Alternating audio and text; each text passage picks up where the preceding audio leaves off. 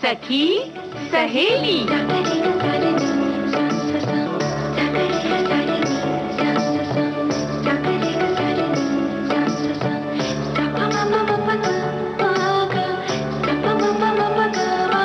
सखी सहेली।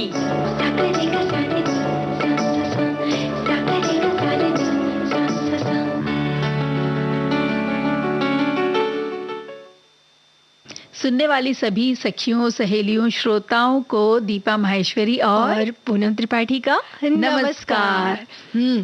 नमस्कार दीपा, कैसी हो तुम? बिल्कुल ठीक। और आप बताओ कैसे हो? मैं भी अच्छी हूँ। और हमारे श्रोताओं से भी पूछना चाहेंगे कैसे हैं आप सब, और आपके शहर में ठंड कितनी पड़ रही है, ज्यादा हो रही है, नहीं हो रही है, कम हो रही है, और क्या क्या अभी ठंड को लेकर के घर में क्या हो रहा है, क्या चल रहा है, क्या बन रहा है, वो भी सब बताइएगा। और हम तो बताएंगे बिल्कुल बताएंगे जी। और जैसा कि आज सभी को पता ही है कि राष्ट्रीय किसान दिवस है, तो आप सभी को हार्दिक शुभकामनाएं।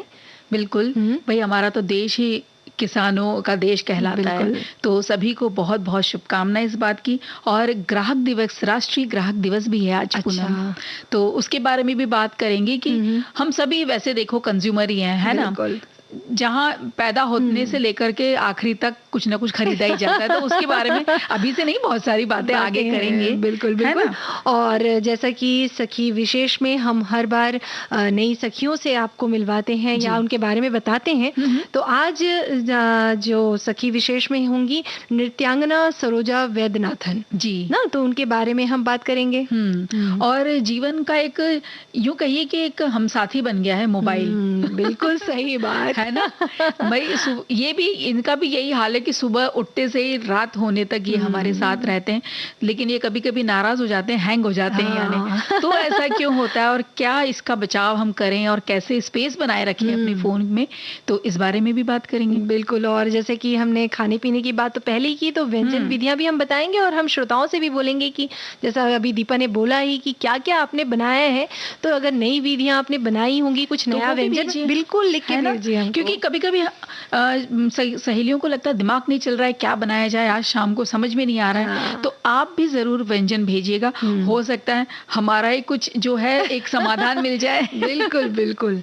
तो भाई ये शुरुआत करते हैं इनकी कुछ पंक्तियों से। जैसे दीपा, ये एक श्रोता है, उन्होंने लिख भेजा है, बहुत ही प्यारी पंक्ति लिखी है उन्होंने।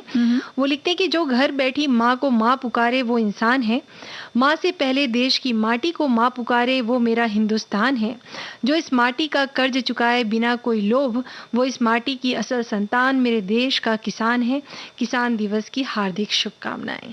क्या बात है भाई, इतना अच्छा जो पंक्तियों में उन्होंने अपनी भावनाएं व्यक्त की है, उसके लिए बहुत बहुत धन्यवाद और शुभकामनाएं आपको।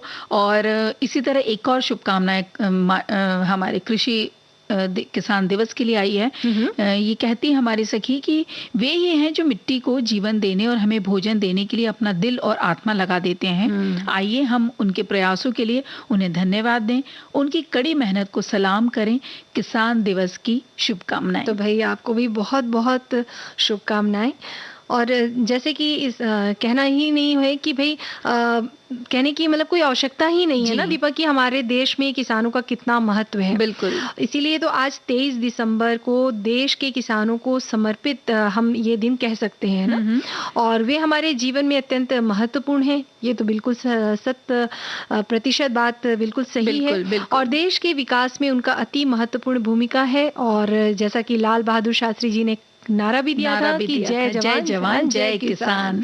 तो भाई कितना महत्व है ये नारे से भी पता चलता है। और नारा तो है ही, ये साथ में हमारे जीवन में मतलब हमारे होना है ये है कि भाई अगर वो हैं तो हम हैं। बिल्कुल सही। इतना महत्व उनका किसानों का हमारे जीवन में है। तो एक बार फिर से उन्हें सलाम देते हैं। और अगर खेत में किसान अन्न ना उपजाए तो हमें भोजन नहीं मिलेगा। कितनी मतलब बात ही बिल्कुल साधारण भी है, कहने को बड़ी साधारण लगती है, लेकिन महत्वपूर्ण बात है कि अगर हमारे देश का किसान खेत नहीं जाएगा तो सब कुछ उलट पुलट हो सकता है, है ना।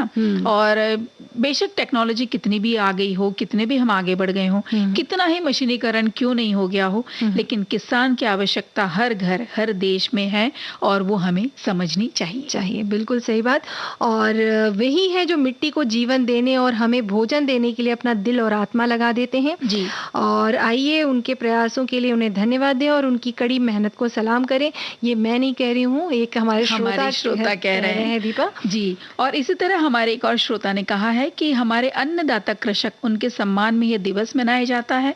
भारत के भूतपूर्व प्रधानमंत्री चौधरी चरण सिंह के जन्मदिन पर इस दिवस को मनाया जाता है। हमारे अन्नदाताओं के लिए सम्मान का एक दिन नहीं, हर दिन हर निवाला उन पर हमारी तरफ से उन पर है न्यौछावर और हमारी तरफ से अभिनंदन, दिल से उन्हें आभार और हम सदा उनके कृतज्ञ रहेंगे। बिल्कुल रहेंगे।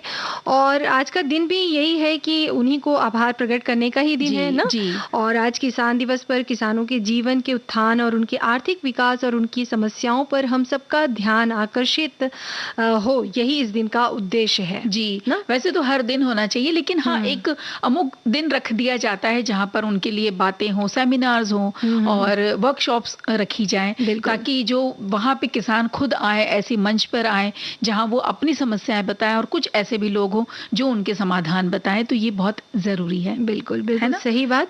और एक श्रोता है, उन्होंने बहुत ही प्यारी बात लिखी है कि बिना गांव और बिना किसान किसी भी देश का संपूर्ण होना संभव नहीं है। अगर देश के अन्नदाता ना हो तो देश भूखा ही मर जाए। लेकिन समय की विडंबना देखिए, आज किसान अलग अलग कारणों के कारण अपनी जान गंवा रहे हैं। धन्य है वो किसान जो अपनी मेहनत से दूसरों का पेट भरते हैं। चीर कर धरती का सीना पैदा कर अन्नधान, वो फटे कपड़ों में लिपटा, नाम पड़ा किसान। तो भाई बात तो बिल्कुल सही है दीपा कि बहुत सी ऐसी तंगी जब आती है ना, जब आर्थिक स्थिति की अगर हम बात करें तो बहुत सी ऐसी समस्याएं किसानों के सामने पैदा हो जाती है कि उन्हें कहना चाहिए कि जो अन्न है, अनाज है, उसका सही अगर मूल्य नहीं मिलता तो कहीं ना कहीं किसानों को इसका मुआवजा भरना पड़ता है और वो होता है कि उन्हें अपनी जान गंवानी पड़ जाती है। बिल्कुल। तो भाई इस बात का भी ध्यान हम रखें कि अगर हम छोटा सा प्रयास ये करें कि किसानों से अगर हम जो धान है या जो भी अन्न ले रहे हैं उसका अगर हम सही मूल्य उनको चुकाएं, जो उनसे ले रहे हैं, जो क्या बोलना चाहिए, जो उनके जहां वो देते हैं जिस मंडी पे, तो अगर उन्हें सही मूल्य मिले तो ये किसान जो है बिल्कुल बच सकता है और संतुष्ट रहते हैं। ऐसा नहीं है कि उन्हें और चाहिए, वो उसी में खुश हो जाते हैं जो असल दाम या जो लागत उन्हें मिल सके, है ना। बिल्कुल। तो इन्हीं सब बातों को ध्यान में रख के देश के पूर्व प्रधानमंत्री चौधरी चरण सिंह ने सदा अपने जीवन में किसानों के लिए, कल्याण के लिए, उनके कल्याण के लिए उन्होंने काम किया था और कई योजनाएं उनके लिए आरंभ भी करवाई उन्होंने। इसलिए उन्हीं के जन्मदिन को उनके सम्मान में और उन्हीं को याद रखते हुए आज यानी 23 दिसंबर को राष्ट्रीय किसान दिवस मनाने का निर्णय लिया गया।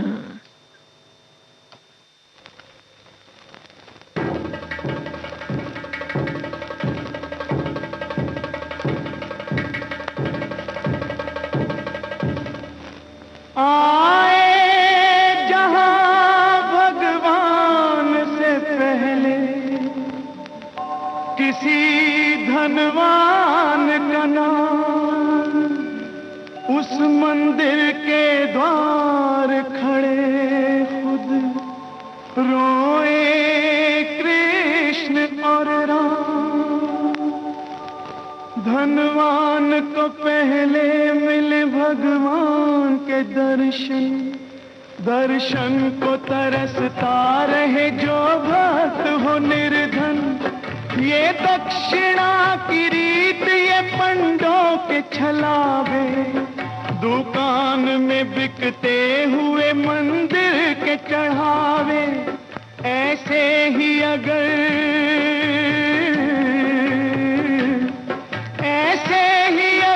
धर्म का व्यापार चलेगा, भगवान का दुनिया में कोई नाम न लेगा।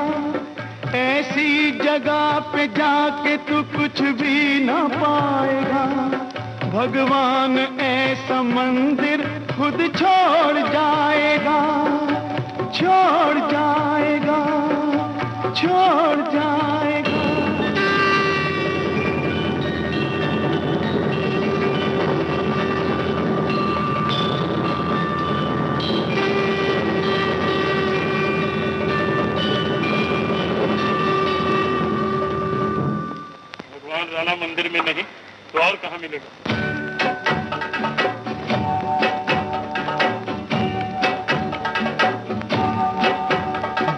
खेत में मिलेगा, खलियान में मिलेगा, वो खेत में मिलेगा, खलियान में मिलेगा।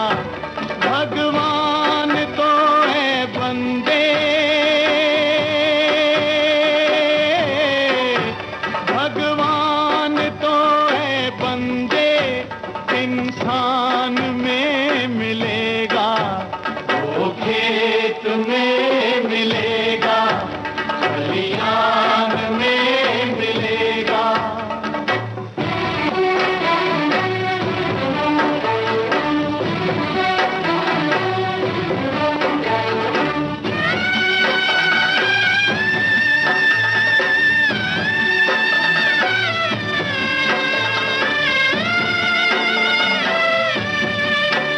धनवान जो है झूठा,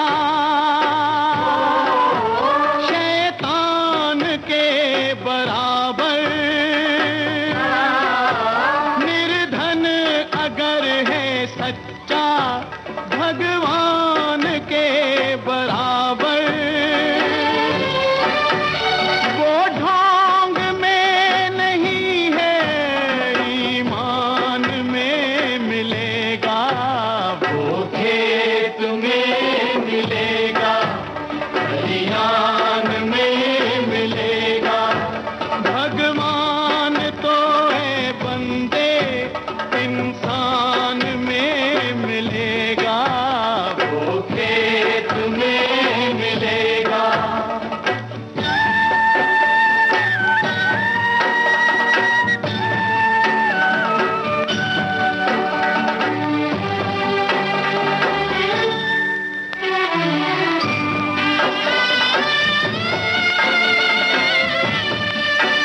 गंगा से भी है पावन, मजदूर का पसीना, पानी न कोई समझे, अनमोल ये नगीना। ऐसे ही पसीनों के निर्माण में मिलेगा, वो खेत में मिलेगा, खलियान में मिलेगा। भगवान तो है बंदे, इंसान में मिलेगा, वो खेत में मिलेगा।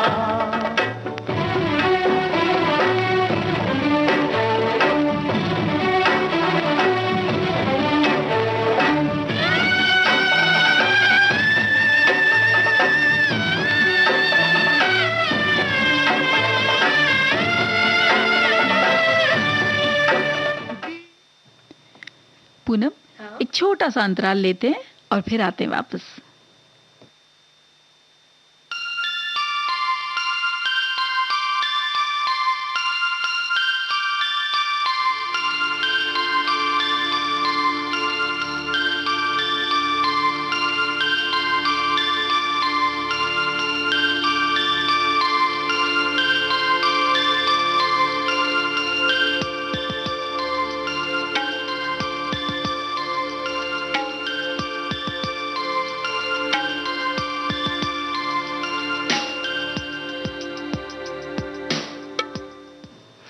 तो भाई अंतराल के बाद आप सभी श्रोताओं का एक बार फिर स्वागत है इस कार्यक्रम में। हाँ, देखो, एक जब हम पढ़ रहे थे ना सारे पोस्ट जो मैसेजेस हमारे श्रोताओं ने लिखा, तो एक बहुत अच्छा कविता एक हमारे श्रोता ने लिखी है, राम सिंह दिनकर की है कविता, जो उन्हें याद आई और हम सबके साथ बांटना चाह रहे हैं। वो है कि नहीं हुआ अभी सवेरा, पूर्व की लाली पहचान, चिड़ियों की जागने से पहले खाट छोड़ उठ गया किसान। क्या बात है। खिला पिला के बैलों को लेकर के चला खेत पर काम, नहीं कभी त्योहार न छुट्टी है, इसको आराम हराम। बादल गरज रहे हैं गड़गड़, बिजली चमक रही है चमचम, मूसलाधार बरसता पानी झमझम, जरा न रुकता लेता दम। हाथ पांव ठिठुरते जाते, घर के बाहर निकले कौन, फिर भी आग जला रखवाली करता है कौन। क्या बात है, फिर क्या भी बात है। आग जला रखवाली करता है वह मौन। मौन। सही बात, बहुत ही प्यारी कविता है। खैर ये रामधारी सिद्दीनकर जी की तो हमने पढ़ी कविताएं थी पढ़ी, बिल्कुल। और बहुत वाकई सुंदर कविताएं उनकी होती जो दिल को छू जाती हैं। बिल्कुल सही और बात। एक श्रोता है, उन्होंने जी। भी लिखा है दीपा की, वो लिखते हैं कि राष्ट्रीय किसान दिवस और राष्ट्रीय ग्राहक दिवस की शुभकामनाएं, जैसा कि हम अभी बात करेंगे ही। तो भाई ये दोनों खास दिवस है और किसान किसानी करेगा, बीज बोएगा, तभी तो अनाज सब्जी आदि का विपुल उत्पादन होगा और यह सब चीजें मार्केट में जब बेची जाएंगी तब हम उपभोक्ता ग्राहक बनकर वो खरीदेंगे। इस खरीद फरोख्त में दोनों का हित समाया है।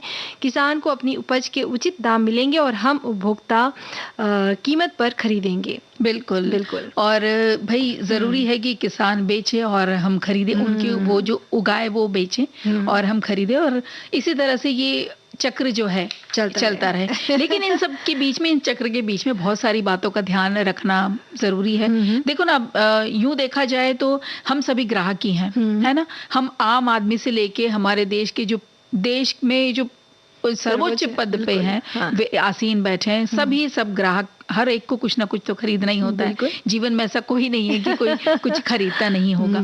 और पैदा होते ही हम ग्राहक कहलाते हैं भाई, और बाद में जीवन के अंतिम दिन तक भी हम ग्राहक ही होते हैं। तो ये रूप तो हमारा सदा बना रहता है। और इस दौरान कितनी चीजें ऐसी, कितनी हमसे ही अनजाने में गलती हो जाती, हम कुछ गलत चीजें खरीद लेते हैं, या हमारे साथ गलत पैसे चले जाते हैं, या हम गलत सामान आ जाता है। तो इन सब बातों का ध्यान रखना हमें उपभोक्ता होने के नाते ध्यान रखना चाहिए। बिल्कुल।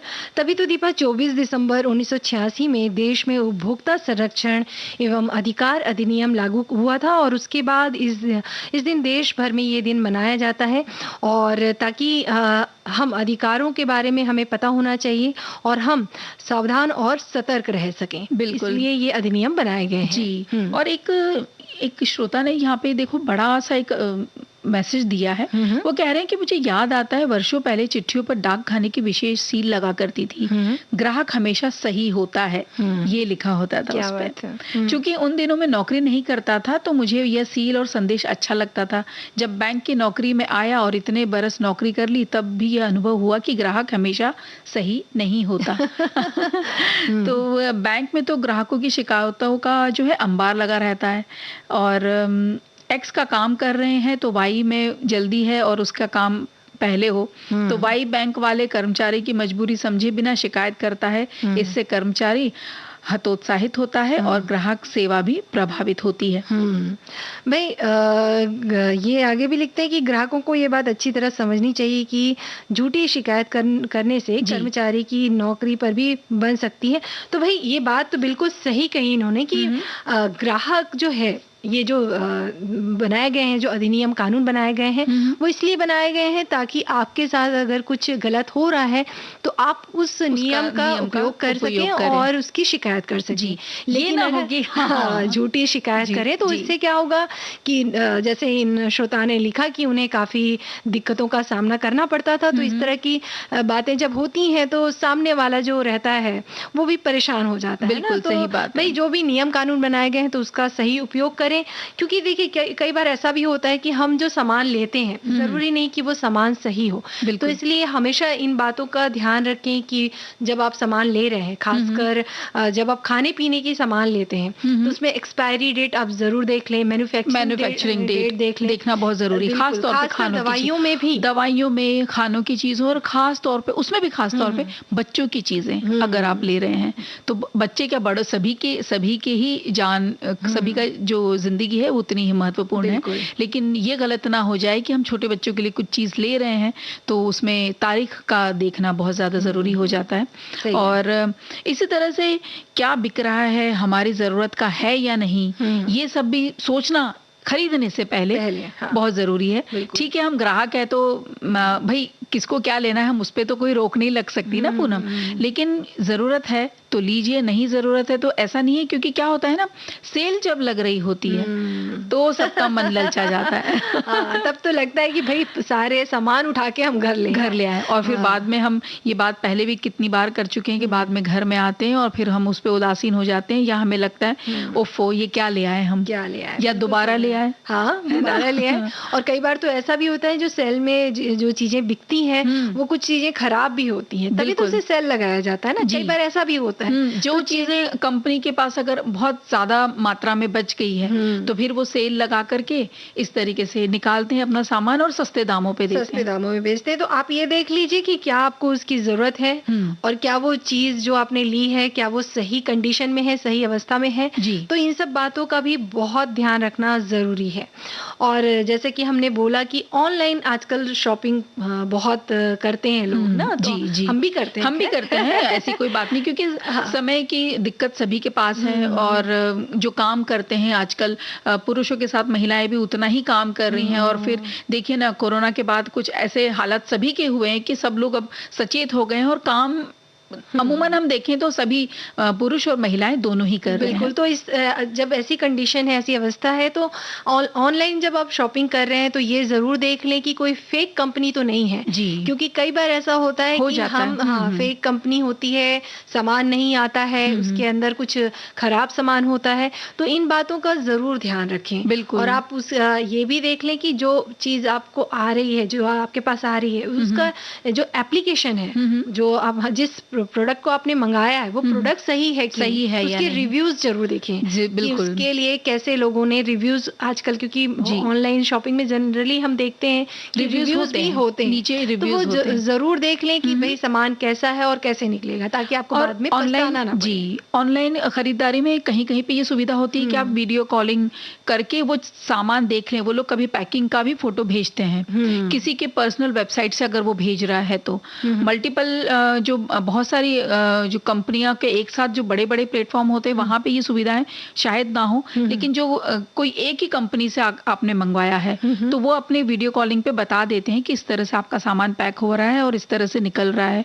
तो अगर ऐसी सुविधा है तो आप वो भी जरूर देख लीजिए। अच्छा, तो ये भी किया जा सकता है।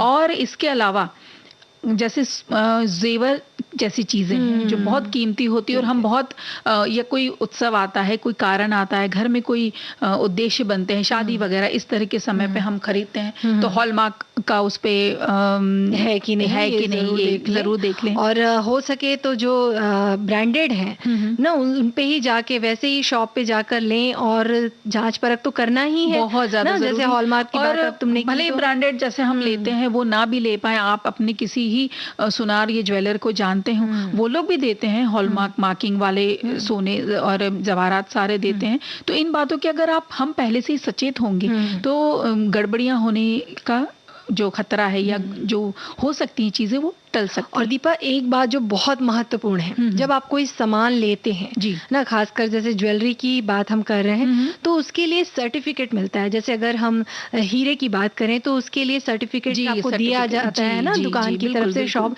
तो वो सर्टिफिकेट संभाल के रखें और वो जरूर लें। और बिल भी बहुत महत्वपूर्ण चीज है जब आप कोई भी सामान खरीदें। बात सिर्फ ज्वेलरी की नहीं है, आप कपड़े लें या राशन लें या कुछ भी लें, आप मशीन किसी भी तरह की लेते हैं तो वो उसका जो है वो उसका बिल आप जरूर लें और वो संभाल के रखें क्योंकि ये सब चीजें बाद में काम आएगी। बिल के लिए आप चाहें तो एक अलग फोल्डर बना सकते हैं, फाइल ही बना लीजिए जिसमें सब तरह की बिल, आपके घर में जो भी उपकरण हो या इस तरह के जो सामान, कीमती सामान हो, सबके बिल एक ही जगह होंगे तो कभी भी आपको भविष्य में बेचना है या निकालना है या कुछ भी उसका जो भी आप करना चाहते हैं तो आपके हाथ में बिल रहेगा। बिल्कुल जी।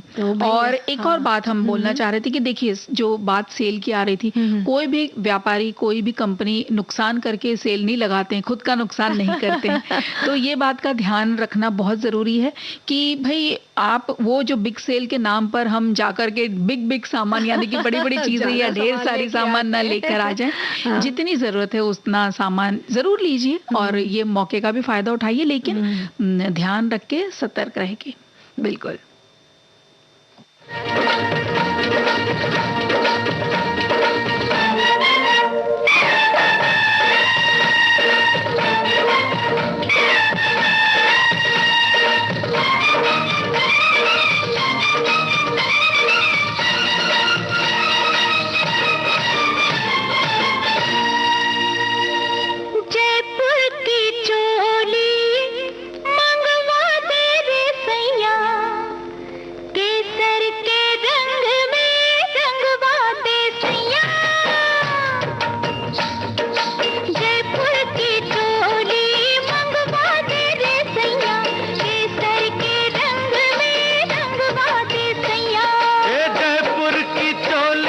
तेरे इशारे पर लिख दूं मैं नाम तेरे, जयपुर खरीद कर।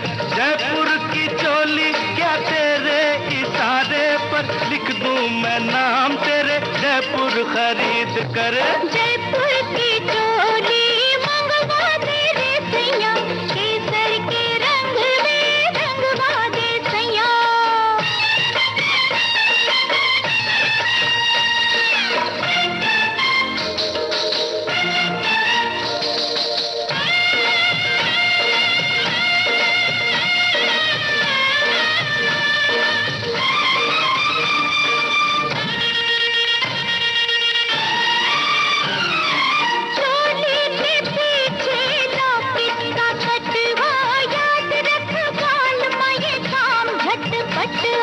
झटपट होगा फटाफट होगा, मोहब्बत की खातिर फटाफट होगा। चूड़ियों से भर दूंगा तेरी कलैया, चूड़ियों से भर दूंगा तेरी कलैया। जयपुर की चोली मंगवा दे रे सैया, केसर के रंग में रंगवा दे सैया।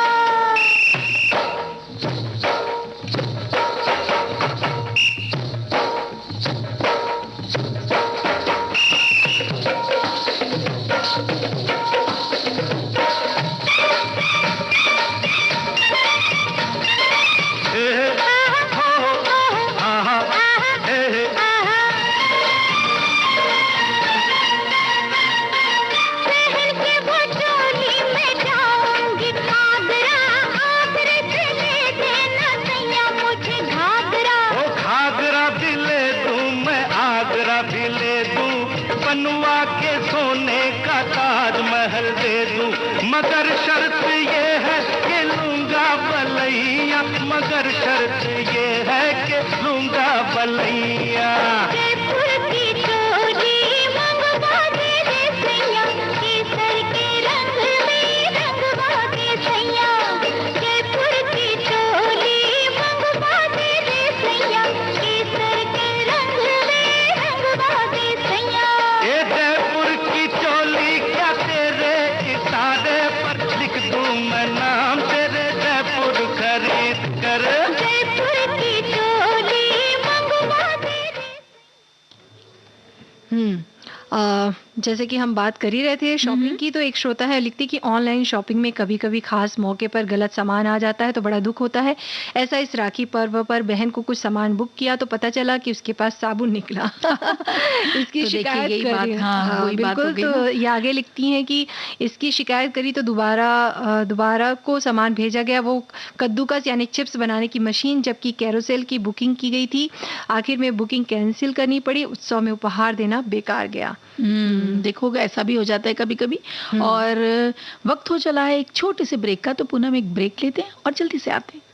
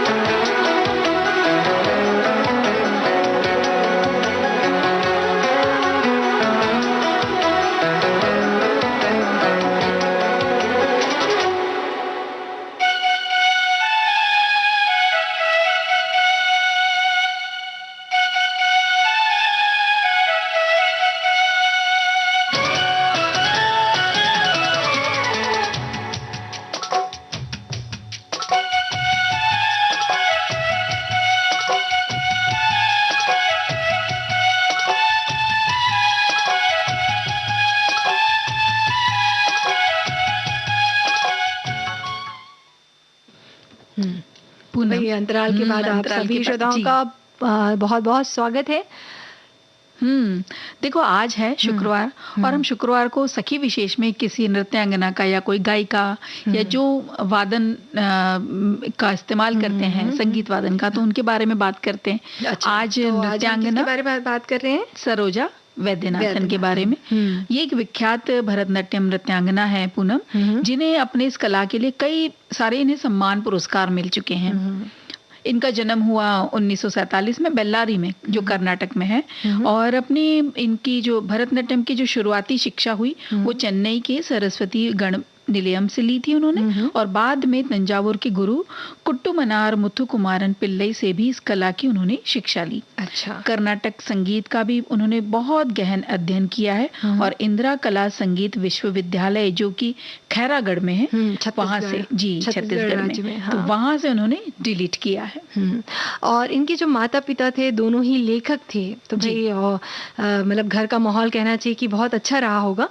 और उनकी माता जी कनाकम धर्मराजन तमिल में जासूसी कथाओं की लेखिका थी। क्या बात तो ये है? एक अलग ही तरह का काम है ना, काम है, बिल्कुल। जासूसी कहानियां लिखना, कहानियां लिखना ही अपने आप में अलग बात है। और उसमें जासूसी कहानियां तो कहना ही क्या। सरोजा जी का विवाह जो है बिहार के कैडेर के IPS ऑफिसर वैद्यनाथन से हुआ। और विवाह के बाद जब भी वे सार्वजनिक प्रस्तुतियां देती तो उन्हें प्रतिकूल प्रतिक्रियाएं जो मिला करती थी, क्योंकि बात बहुत पुरानी है तो उस तरह की चीजें उस समय हुआ नहीं करती थी। तो इस तरह से उन्हें जो क्रियाएं जो मिलती थी, जो रिस्पांस मिलता था वो ठीक नहीं मिलता था। क्योंकि उस वक्त ऐसा होता नहीं था ना कि आप किसी सार्वजनिक मंच पे जाकर के अपनी प्रस्तुति दें, खासकर नृत्य का बोलना तो और खासकर औरतों के लिए तो और भी बुरा माना जाता था। जी। तो इन्होंने रूढ़िवादी जो सोच है उससे लड़ना उन्होंने नापसंद किया और घर पर बच्चों को नृत्य सिखाने लगी वो। जी। फिर बाद में 1972 में उनके पति का तबादला हो गया दिल्ली में। समय ने फिर अब देखो करवट लिए, जब 74 में उन्होंने गणेश नाट्यालय, ये अपनी जो कला संस्था है उनकी स्थापना करी उन्होंने। इस नाट्य विद्यालय में तमिल, हिंदी और कर्नाटक संगीत भी सिखाया जाता था। यानी वो भरतनाट्यम तो सिखाती ही थी, साथ में ये संगीत सिखाती थी, तमिल, हिंदी और कर्नाटक। क्या बात है। वो कहती थी कि इससे भरतनाट्यम की संपूर्ण समझ एक छात्र को मिल सकती है कि जब संगीत के बोल क्या है और क्यों बजाया जा रहा है और क्यों हम इसके ऊपर नृत्य कर रहे हैं, ये समझना बहुत जरूरी है एक छात्र के लिए। तो ये भी कहना चाहिए कि वो नृत्यांगना के साथ साथ संगीत का भी उन्हें ज्ञान था, जी ना।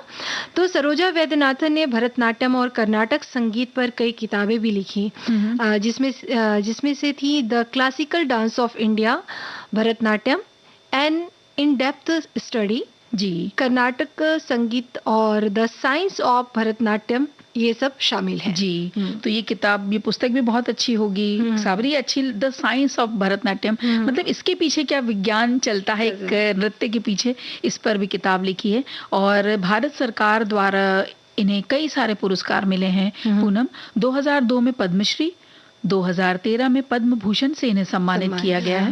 भाई, तो जब इन्होंने काम इतने अच्छे अच्छे किए हैं तो सम्मान तो मिलना ही है।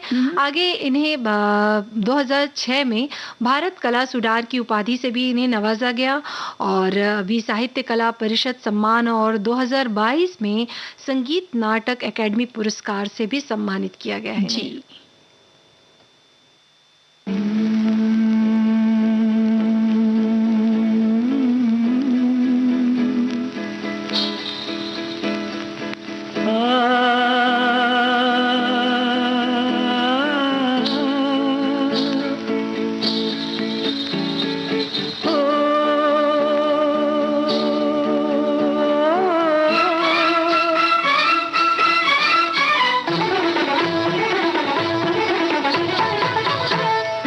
रोशन तुम्हीं से दुनिया, रौनक तुम्हीं जहां की, फूलों में पलने वाली रानी हो गुलसितां की।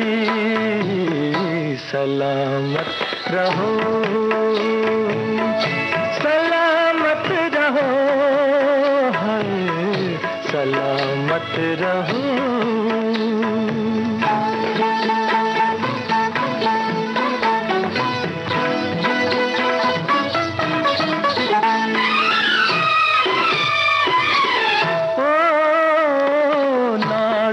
हो नाज से भी तुम प्यार से भी प्यारे, नाजुक हो नाज से भी तुम प्यार से भी प्यारी, तुम हुस्न से हंसी हो, क्या बात है तुम्हारी।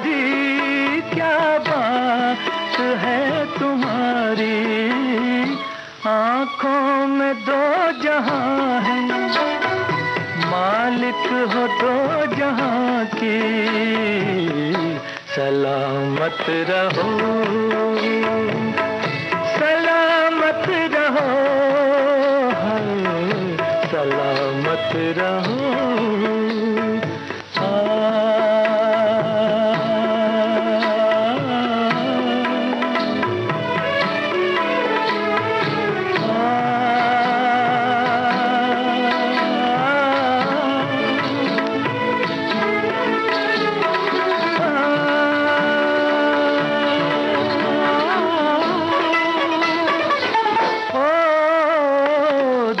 चाहे टूट जाए मेरे दिल से यूं ही खेलो, दिल चाहे टूट जाए मेरे दिल से यूं ही खेलो, जीती रहो यूं ही तुम, मेरी भी उम्र ले लो, मेरी भी उम्र ले लो। किस दिन दुआ न मांगी हमने तुम्हारी जाकी, सलामत रहो, सलामत रहो, सलामत रहो, सलामत रहो। सलामत रहो। तो भाई हमारी ये तो यही दुआ है कि जो भी वो काम कर रही हैं उस काम में वो उन्हें हमेशा हमेशा सफलता मिलती रहे और हमेशा वो सलामत रहे, यही दुआ है। और भाई सलामत से एक बात मुझे याद आ रही है, आजकल तो ये भी बोलते हैं हमारा मोबाइल सलामत रहे। बिल्कुल सही बात, क्योंकि देखो ना दीपा, अभी मैंने थोड़े दिन पहले ही एक नया मोबाइल लिया, लेकिन इसका डेटा इतनी जल्दी भर जाता है कि हैंग होना शुरू हो जाता है। हाँ देखो ये बात तो है, ये चीज की दिक्कतें तो आती हैं कि मोबाइल में हम ढेर सारे फोटो खींच लेते हैं, बहुत सारे डॉक्यूमेंट्स, आजकल बहुत सारी चीजें ऐसी होने लग गई ना, ऑनलाइन फॉर्म भेज देते हैं तो भाई आप साइन करके वापस हमें भेज दीजिए। और कई बार ऐसे ही चीज होते हैं कि घर पे भी ऐसा होता है ना, अरे तुम फोटो दिखा दो, हम फोटो देख के बता देंगे ये करना है या नहीं करना। और बाद में हम उन जो चीजें काम में नहीं आ रही हैं हम उन्हें डिलीट तो करते नहीं है। बिल्कुल। और ऐसे बहुत सारे एप्लीकेशंस हैं जो हमें डाउनलोड करना पड़ जाता है ना, कई बार जैसे होता है कि हमें कुछ बचत करनी है तो भाई आप ये ऐप करेंगे तो आपको 50% या 20% आपको ऑफ मिलेगा, तो हम उस लालच में वो ऐप डाउनलोड वो भी कर लेते हैं और उस बाद में डिलीट करना भूल जाते हैं। जी बिल्कुल। तो ऐसे में क्या होता है, मोबाइल में एप्लीकेशन और बाकी चीजें जो बेकार की चीजें भरते चली जाती है और मोबाइल हैंग हो जाता है। भाई अगर घर में ढेर सारा सामान भरेंगे तो नहीं लगेगा, एक दिन की चलने की जगह नहीं बची, बस तो साफ सफाई जरूरी है। जी जी। देखो एक लेकिन इन्हीं सब बातों के बीच में एक मैसेज आया, वो कह रहे हैं कि 2018 में मैंने मोबाइल लिया और अभी 2022 खत्म होने को है, अभी तक मेरा मोबाइल कभी अटका नहीं, यानी कभी हैंग नहीं हुआ, क्योंकि मैं अपने मोबाइल में ज्यादा बड़े वीडियोस और बड़े स्टोरेज वाले गेम नहीं रखता और ज्यादा फोटोज हुए तो मैं उन्हें डिलीट कर देता हूँ। क्या बात है, मतलब भाई ऐसे भी हमारे श्रोतागण हैं और इस तरह से वो मोबाइल इस्तेमाल करते हैं तो अच्छी बात है। और एक श्रोता है, उन्होंने लिखा है कि भाई मोबाइल की सेहत के लिए फोन में कई फोटो और वीडियो और मैसेजेस ऐसे भी होते हैं जो हमारे लिए जरूरी नहीं होते, तो वो सिर्फ फोन में स्पेस घेरने का काम करते हैं, इसलिए उन फोटो और वीडियोस को अपने फोन से डिलीट कर देना चाहिए। और ज्यादा जानकारी नहीं है, वो आगे ऐसा भी लिख रही है। बिल्कुल। अब ये तो देखो तुमने बता ही दिया कि भाई कहाँ गलती हो रही है, जरा सोच लें एक बार, बजाय कि उस पे चिड़चिड़ करने के। हम चिढ़ जाते हैं ना कई बार, क्या है मेरे फोन में काम ही नहीं हो रहा है, देखो तो कैसे हैंग हो जाता है। हम ये जो भी हमें उस वक्त तुरंत में अगर किसी को कुछ फोटो भेजना हो ना और जल्दबाजी हो और खासकर कुछ अगर महत्वपूर्ण काम करना हो तो जरूर हैंग हो जाता है, तब हम चिढ़ने लग जाते हैं। लेकिन ये जानना बहुत जरूरी है कि गलती कहाँ हो रही है। जैसे कि ऐप इस्तेमाल करना है, जैसे कि तुमने बताया ना अभी कि वो काम में नहीं आता तो हम उन्हें डिलीट ही नहीं करते। फिर अगर ऐसा कर ही रहे हैं तो जब ऐप लिस्ट आप देख लो कि आपके पास कौन कौन से ऐप्स हैं, वो नहीं काम आ रहे हैं तो डिलीट कर दीजिए। हम तो कहेंगे आज ही कर लीजिएगा। और सोशल मीडिया के जो ऐप होते हैं ना वो उनका ये बात हम समझाने की कोशिश करें कि उसका देखिए लाइट वर्जन का इस्तेमाल हो सकता है। तो ये आप घर में ज़रा थोड़ा जांच परख कर लीजिए कि सोशल मीडिया के लाइट वर्जन क्या होते हैं। तो जो ऐप है उसके लाइट वर्जन, उसका लो वर्जन होते हैं, तो उसका इस्तेमाल भी हम जो कर कम जगह घेरते हैं। कुल मिला के यही बात है। बिल्कुल। और जब भी मैप में लोकेशन सर्च करते हैं ना, तो लोकेशन डाउनलोड के साथ एक नए वर्जन में खोजी हुई जगह भी सेव हो जाती है। और ये मोबाइल की बहुत सी स्पेस जो है मेमोरी खर्च हो जाती है, इसलिए मैप का डेटा क्लीन करना ज़रूरी है। वो कैसे करना है ये हम आपको बता देते हैं। ऐप में प्रोफाइल पिक्चर पर जाएं और ऑफलाइन मैप ऑप्शन सेलेक्ट कर लें। उसमें सारी जगह की सूची मिल जाएगी जो डाउनलोड हो गई है जी। 3 बिंदी वाले चिन्ह पर जाकर सुरक्षित डेटा को क्लीन कर सकते हैं जी। ये बहुत ज़रूरी है। ये हमें बहुत सारे लोगों को पता नहीं है कि जो हम मैप अगर लोकेशन कोई हम किसी का मांगते हैं या देते हैं तो बहुत सारी जानकारियां वो डाउनलोड हो जाती है। अच्छा। हमें पता ही नहीं होता है कि बहुत सारी चीज़ें हमें हमारे ही बिना जानकारी के सेव हो गई हैं। अच्छा। तो वो डिलीट करते रहना बहुत ज़रूरी। वो बहुत सारी जगह घेरते हैं हमारे फोन। क्या बात है, ये भी नई जानकारी थी जी। ये तो हमारे लिए भी नई थी जब हम पता लगा रहे थे। जो हमारे परिचितों में जो फोन के लोग हैं जो फोन पर काम करते हैं, हमने उनसे पूछा कि भाई क्या क्या चीजें हैं जो हमें नहीं पता है। तो ये उन्होंने बताया। और अगर ऐसा लगता है कि मोबाइल में ज्यादा स्पेस नहीं है तो मेमोरी कार्ड का भी हम इस्तेमाल कर सकते हैं और मोबाइल के स्टोरेज में ज्यादा काम की फाइल्स रख सकते हैं। मतलब मोबाइल का स्टोरेज हो गया और आपका जो मेमोरी कार्ड है उसका स्टोरेज हो गया। तो जो आपको ज्यादा काम में आते हैं, जो हर दिन आपको जरूरत है, वो आप मोबाइल के मेमोरी में रखिए और कार्ड में आप आपके जो पसंदीदा संगीत के जो प्लेलिस्ट है वो रखिए, फोटोज रखिए या कम इस्तेमाल होने वाले एप्स रख सकते हैं या ऐसे डॉक्यूमेंट्स जो साल में 6 महीने में काम आते हैं आपको, वो सारे हम मेमोरी कार्ड में उन सबको सेव कर सकते हैं। भाई मैं तो कहती हूँ दीपा, अगर जो ऐसे डॉक्यूमेंट्स हैं या ऐसे फाइल्स हैं जो हमें काम नहीं है तो वो हम किसी मेमोरी कार्ड में या कंप्यूटर जैसे अपना है तो उसमें हम कोई एक फाइल बना के उसमें ही सेव कर देना, ताकि हमारा मोबाइल जो है जो बहुत सारी चीजों के लिए हम उपयोग में लाते हैं, जैसे कॉल करना होता है ना, तो बहुत सारी चीजें रहती हैं तो उसके लिए हम उपयोग कर सकते हैं। तो जो चीज आपको 6 महीने तक अगर यूज नहीं हो रही तो आप उसको अलग किसी उसमें फाइल में आप स्टोर करके रख सकते हैं। बिल्कुल, तो ऐसा भी किया जा सकता है। और टेक्स्ट मैसेज भी हम डिलीट ही नहीं करते। कई बार ऐसा होता है मैसेजेस ढेर सारे पड़े होते हैं और कई बार आप देखेंगे ये गेम भी होते हैं शादियों में कि किसके पास 2015, 16 या 17 या 18 2018 का मैसेज किसके पास सेव। अच्छा, बता रहे हैं हम आपको। और वो मिलता भी है लोगों के मोबाइल पे से। तो ये हमने गेम देखा कुछ दिन पहले कि बोल रहे मोबाइल में सबसे पुराना मैसेज किसके पास है, तो उन्हें कुछ पुरस्कार मिलता है। भाई पुरस्कार अपनी जगह है, लेकिन मोबाइल की सेहत का ध्यान, मोबाइल की सेहत की बात हम यहाँ कर रहे हैं। तो इसको मोबाइल की जो मैसेज की बात करें ना सेटिंग की, इसको भी ऑटो डिलीट मोड पर हम रख सकते हैं और मैसेज की सेटिंग पर जाकर डिलीट ओल्ड मैसेज को ऑन करके जब भी 1000 के ऊपर मैसेज की संख्या जाएगी तो पुराने मैसेज अपने आप रिमूव हो जाएंगे। अच्छा, इस तरह भी कर सकते हैं। तो भाई इस तरह की चीजें जो है हम करके मोबाइल को सेव कर सकते हैं। या ये कहें जैसे कि एक श्रोता ने लिखा भी कि उनका फोन कभी हैंग नहीं होता, तो इस तरह से अगर साफ सफाई करते रहेंगे, जैसे हम घर की साफ सफाई तो करते ही है ना, कभी जाला नहीं लगने देते हैं, तो बहुत सारी चीजें हैं। तो उसी तरह जो मोबाइल फोन आप यूज कर रहे हैं जो कि बहुत ही महत्वपूर्ण है ना, तो उसकी भी साफ सफाई करते रहिए। बिल्कुल।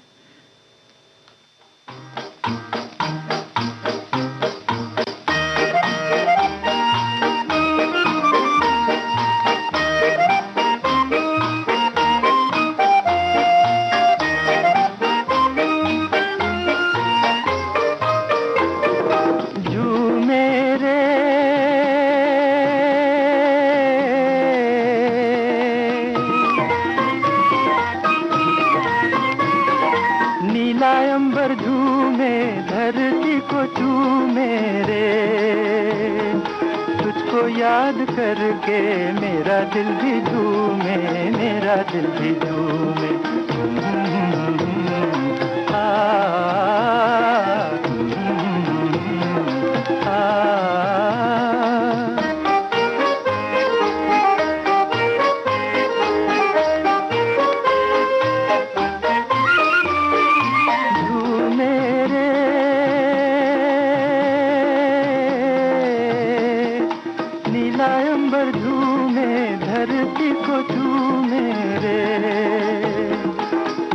याद करके मेरा दिल भी झूमे, मेरा दिल भी झूमे।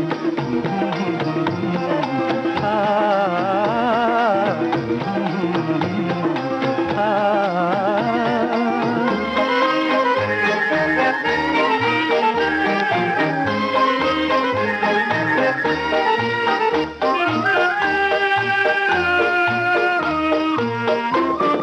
किसके इशारे मुझको यहाँ ले आए, किसके इशारे मुझको यहाँ ले आए, किसकी हसीने राह में फूल खिलाए। अम्बुआ की डाली डाली गाए कोयल काली, अम्बुआ की डाली डाली गाए कोयल काली। मेरा दिल भी झूमे, मेरा दिल भी झूमे। आ,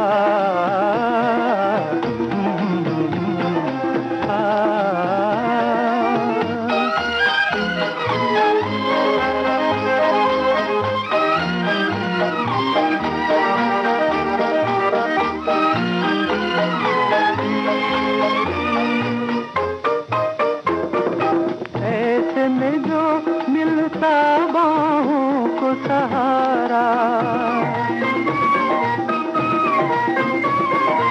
ऐसे में जो मिलता बाहों को सहारा, और मचल उठता ये नदी किनारा। नदिया का पानी सुनता प्यार की कहानी, नदिया का पानी सुनता प्यार की कहानी। मेरा दिल भी झूमे, मेरा दिल भी झूमे। हा हा हा हा हा।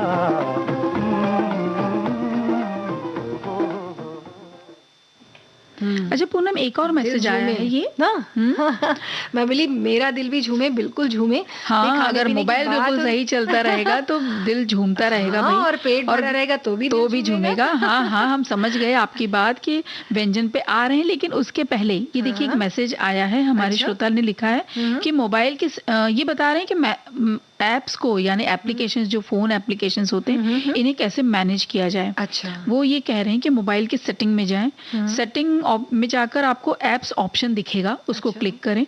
वहां पर फिर जब वो क्लिक करेंगे तो मैनेज एप्स वो ऑप्शन दिखेगा, उसको क्लिक करिए। अब आपको फोन में इंस्टॉल सभी एप्लीकेशन की लिस्ट दिख जाएगी कि आपने कौन कौन से ऐप डाउनलोड कर रखे हैं। कभी कभी बच्चे भी कर लेते हैं ना वो डाउनलोड, तो वो सारे भी सब दिख जाएंगे यहाँ पर। और स्टोरेज पर क्लिक करें, यहाँ आप देख पाएंगे कि उस एप्लीकेशन का कैश डेटा कितना है, यानी भाई वो कितना स्पेस घेर रहा है। अच्छा। वो स्पेस का वो दिखा देंगे कि कितना नंबर में आ जाएगा वो। तो ये आप देख सकते हैं। और इस पर क्लिक करके डिलीट ऑप्शन को आप यहाँ पे डिलीट ऑप्शन सेलेक्ट करें और उस पर क्लिक कर दें, तो यहाँ आपका ये जो ऐप जो आपके काम का नहीं है वो हट जाएगा मोबाइल से। क्या महत्वपूर्ण जानकारी दी हमारे ये बात तो बहुत जरूरी थी। तो वो भाई बातें तो हैं बहुत सी, और चटपटी बातें हैं और अच्छी बातें हैं। तो कुछ खाने पीने की बातें हो जाए। हाँ बिल्कुल, खाने पीने की वेट भी कर रहे हैं हमारा। तो क्या बता रहे हैं अभी हम? मुझे लगा कि आप बताने वाले थे, चलिए हम बता देते हैं। एक अभी ये मौसम चल रहा है ना इंस्टेंट अचार बनाने का। अरे वाह, क्या बात है। गाजर का बोलो, चाहे मूली या फूल गोभी, मटर, ये सब मिक्स करके बन जाता है। अच्छा। चलिए हम बताते हैं। पहले तो आज गाजर का अचार। क्या बात। इसके लिए आप 3 मध्यम आकार के गाजर ले लीजिए, नमक 1 छोटा चम्मच, लाल मिर्च पाउडर 2 छोटे चम्मच, राई का पाउडर 2 छोटे चम्मच, 1 नींबू का रस लेना है। और तड़के के लिए लेना है तेल 1 बड़ा चम्मच राई का लेना है। अगर आप चाहे घर में पसंद आता है तो, नहीं तो आप जो घर में जो तेल इस्तेमाल करते हैं वो भी ले सकते हैं। मेथी के दाने डालने हैं थोड़े से 7-8, और सौंफ 1 छोटा चम्मच, और हींग लेना है थोड़ी सी। अब इसको बनाना कैसे है, बस गाजर के पतले पतले लंबे लंबे टुकड़े जो हम देखते हैं ना बाजार में मिलते हैं, उस टाइप के काट लीजिए, या आपके घर में जैसा पसंद है वैसा काट लीजिए। फिर एक कटोरे में, बड़े से बोल में गाजर, नमक, लाल मिर्च पाउडर, राई का पाउडर, नींबू का रस मिलाएं। तड़के के लिए तेल गरम करें, इसमें राई, सौंफ, मेथी दाने और हींग की तड़का लगाएं। ये तड़का गाजर में डालकर अच्छी तरह से मिलाएं। तो देखिए आपका गाजर का ये जो इंस्टेंट अचार है ये तैयार हो गया। तो यानी कि ये जो अचार है हम काफी समय तक नहीं ले सकते, मतलब नहीं रख सकते ना, क्योंकि इसमें तेल बहुत ज्यादा रहेगा नहीं। हाँ, तो ये इंस्टेंट अचार है, तो अब आप इसमें मूली भी डाल सकते हो, सीजन का थोड़े से मटर भी डाल सकते हो। शलगम के टुकड़े बच्चे नहीं खाते, ये इसमें डाल लीजिए। घर में बहुत से लोग नहीं खाते हैं शलजम जो आती है। ऐसा कह सकते हैं कि भाई ये अचार तुरंत बनाओ, तुरंत खाओ। और तुरंत की बात करो तो तुरंत ही एक गाना सुने क्या? हाँ, क्यों नहीं।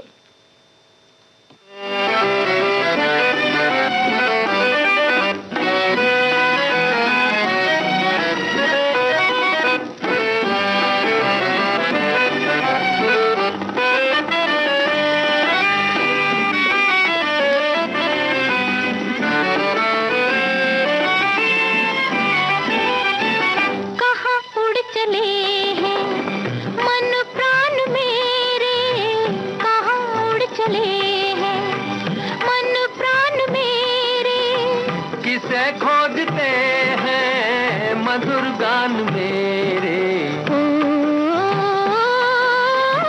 कहाँ उड़ चले हैं मन प्राण मेरे, कहाँ उड़ चले हैं।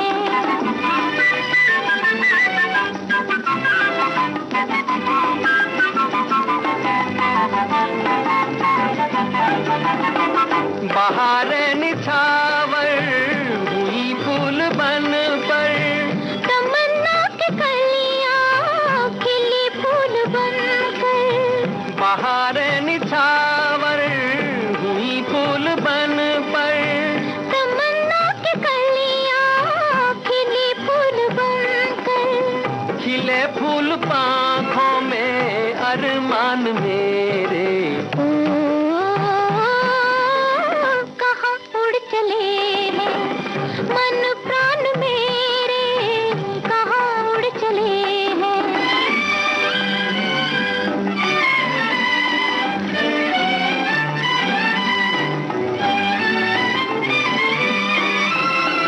मधुर गंध किसका संदेशा है लाई, हृदय की हुई है हृदय से सगाई। मधुर गंध किसका संदेशा है लाई, हृदय की हुई है हृदय से सगाई। चले आ रहे हैं मेहमान मेरे, कहाँ उड़ चले हैं मन प्राण मेरे, कहाँ उड़ चले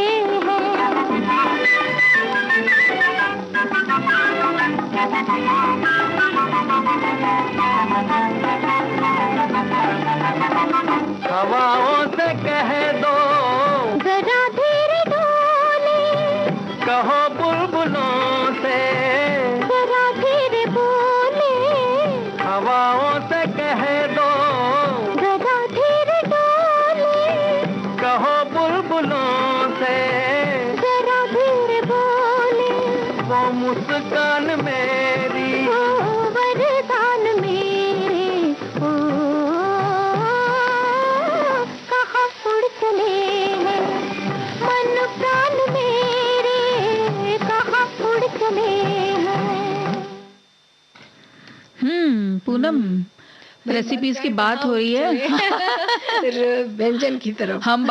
वैसे हम अपनी सखियों को बता दें कि जब गाना चल रहा था तो हम बोल रहे थे इस पराठों के साथ खाया जा सकता है ये अचार, उस पराठों के साथ। बिल्कुल भाई, अचार तो कई तरीके से खा सकते हैं जी। और अगला जो व्यंजन है वो दीपा, वो भी चटनी के साथ खाया जा सकता है। टमाटर की जो चटनी आती है ना, जी, जी। उसके साथ। तो मैं बताती हूँ फरा, इसका नाम फरा है। चावल आटे से बनता है ये।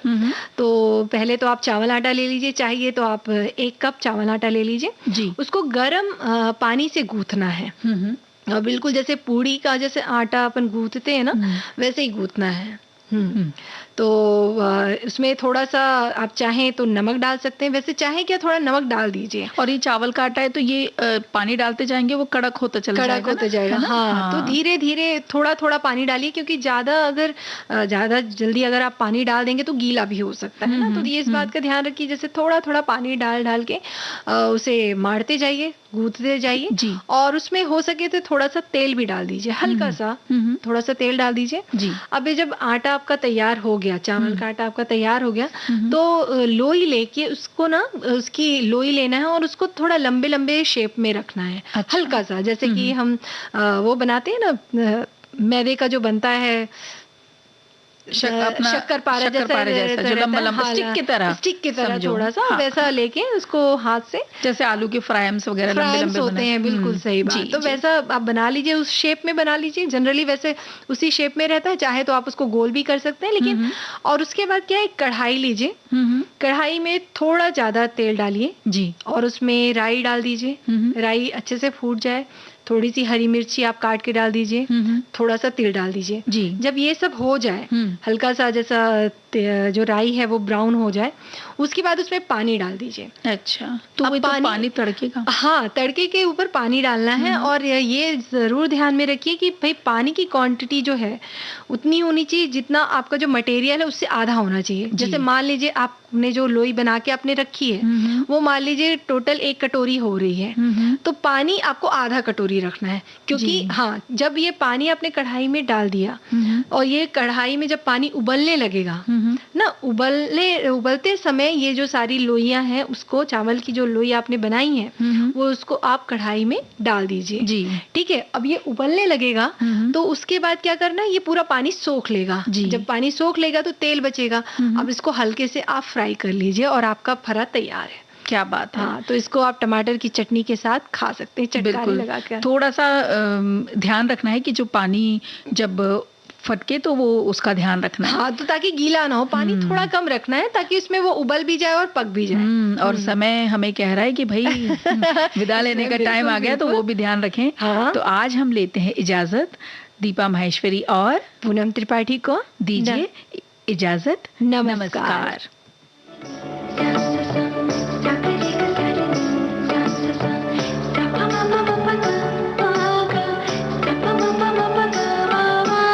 सखी सहेली।